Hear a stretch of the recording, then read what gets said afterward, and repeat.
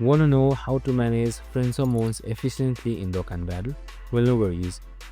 Friends hormones might seem basic, but they are super useful when managed right. First, save up your friend points and summon in bulk with ally androids or special banner units that are available.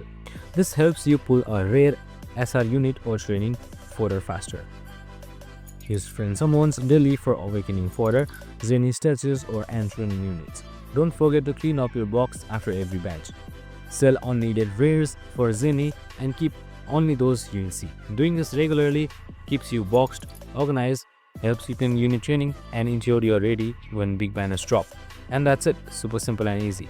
This is how you easily manage friend summons efficiently in Dokkan Battle. I hope this video helped. If it did, make sure to like, subscribe, and tune in with us for more of these videos.